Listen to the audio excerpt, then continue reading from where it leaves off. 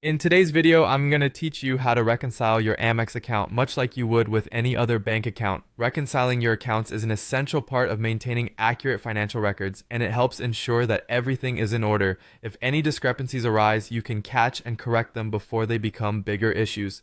So let's dive in and get started on how you can do this with ease. To begin, you'll want to open up your preferred accounting software or financial management tool. Most programs have a straightforward reconciliation feature, so if you're not familiar with where it is in yours, take a moment to familiarize yourself. Once you're ready, navigate to the reconciliation section. You're going to select the Amex account from the list of available accounts. At this stage, it's crucial to ensure that you're looking at the correct account, so double check if necessary. Now, let's set the reconciliation date. Typically, you'll want to reconcile monthly, aligning with your statement period end date. Go ahead and enter this date into your software, as it aids in an accurate comparison with your transaction records. Next, you need to enter the ending balance from your Amex statement. You'll find this balance on the last page of your credit card statement, usually labeled as closing balance or new balance depending on the issuer.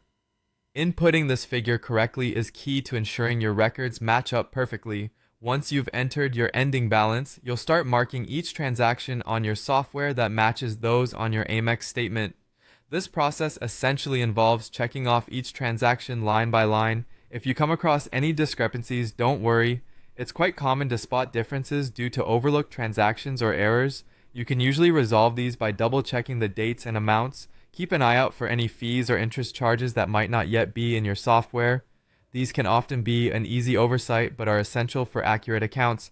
If you encounter them, ensure they're accurately recorded.